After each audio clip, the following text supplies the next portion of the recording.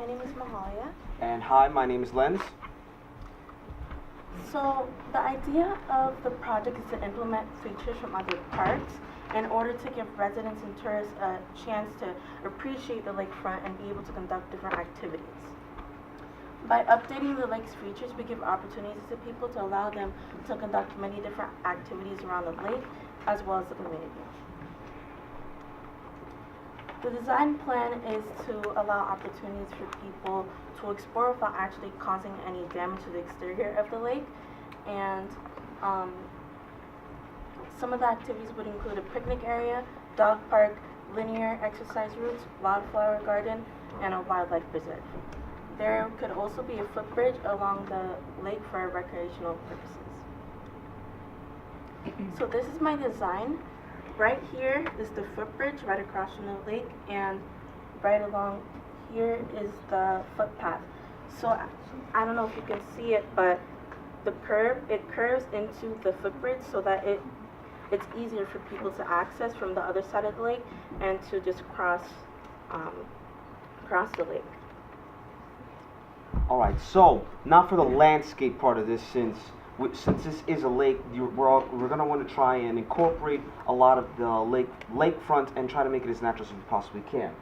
So an idea that it was stated by Mahalia is that for this project, we could add a footbridge. And a footbridge would be nice because it could allow visitors to interact with the ecological area that's incorporated with the lake, and it could also help with people who just want to enjoy their time at the lake, as stated by Trayvon in his presentation. And the footbridge would also be useful because, I don't know about you, but unless you want to swim in a lake, it's better to walk on dry land.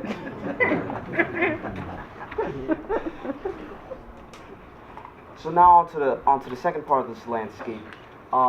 We also want to incorporate nature that's related to this area, and you also want to try and make it more sound. Sorry if it feels a bit unsturdy. So one of the ideas that we wanted to do was incorporate trees and other organisms that are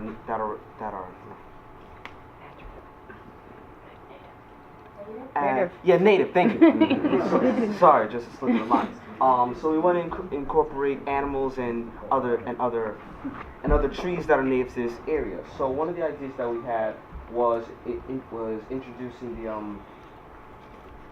Prunus serratina. Yeah, thank you.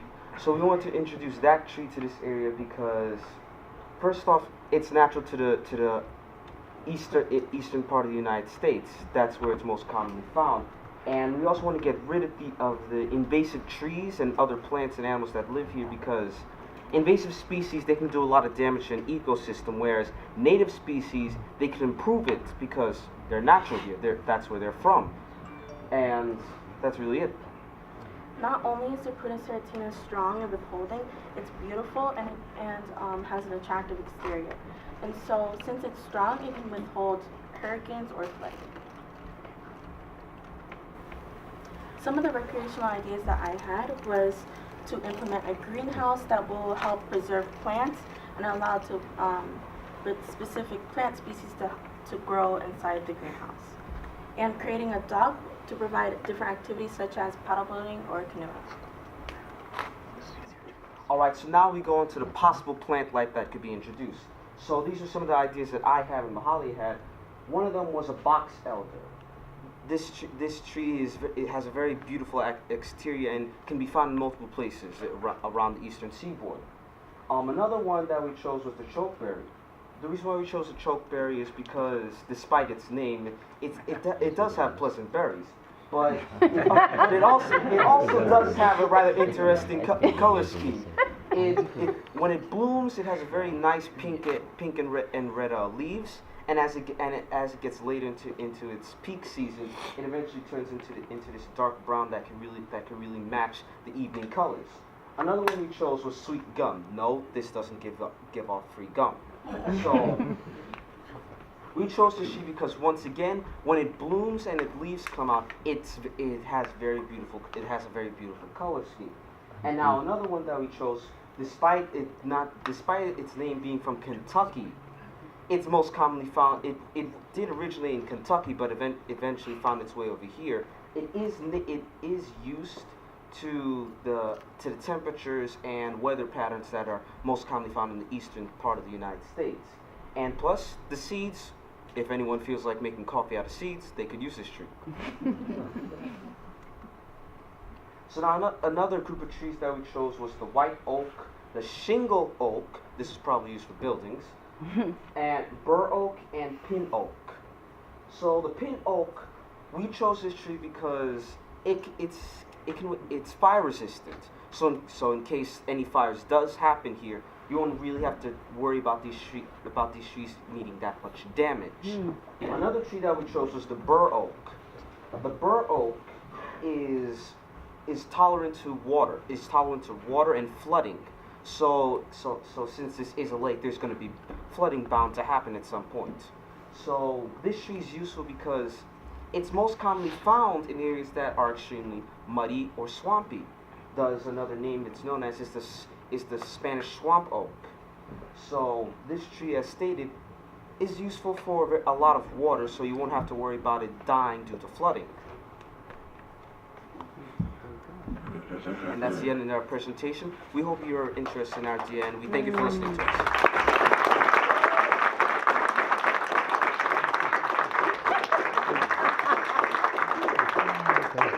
Is there any questions? No questions? Yes. Okay. Was there a dock in there? Was that Yes, there was a dock. So, Yeah, over here we wanted to implement it on the right side of the lake so that people can explore different activities. Where would that be located?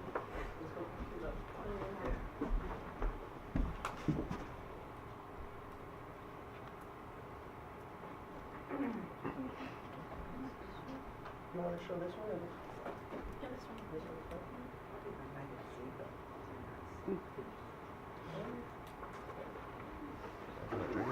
sorry for the technical difficulties, folks. You don't even get the spinning beach ball. Exactly. Sorry.